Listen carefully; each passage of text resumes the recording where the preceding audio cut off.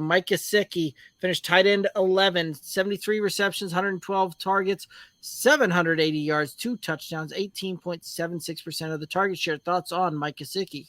You got to expect those touchdown numbers to come up a little bit, right? Like, and Yep. maybe not massively, but you go from 2 to 5 or 6, something like that. I think his usage probably does stay about the same, but those touchdowns alone put him back into tight end 7, tight end 8 territory. And I'm good with that. Like, Gasecki's a guy who is being forgotten right now. He's one of the guys that on that second tier, maybe even the top third tier of tight ends, you can grab him right there.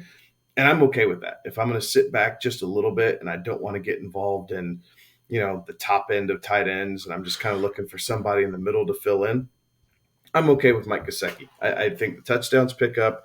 I think his overall usage stays about the same. I don't see there being a big difference in that. What you see is what you get with Mike Gesicki. I think that's kind of where he is. What he did last year is about what you can probably expect from him this year.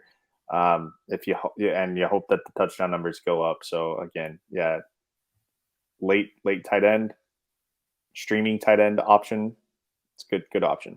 I think you see Miami probably jump up into maybe top 12 in the league in total yards for, total points for, see kind of a turnaround on the offensive side of things there as well. So I say that to make the point that I think that the Dolphins are going to get inside the red zone more often, and you're going to potentially see more targets there.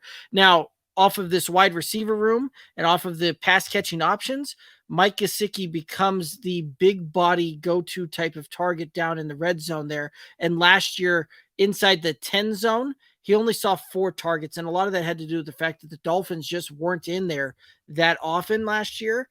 And so I think that you will see a pretty good swing up in touchdowns to the point where it's not going to surprise me if we see Mike Gesicki still end up somewhere around 70 receptions, 800 yards, and call it 6 or 7 touchdowns there, which, take him from being a tight end 11 when it's all said and done and put him up there like tight end 5, tight end 6 type of range there.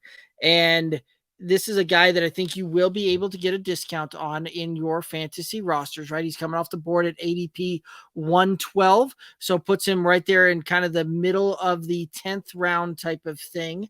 And I think that you're going to get a lot of value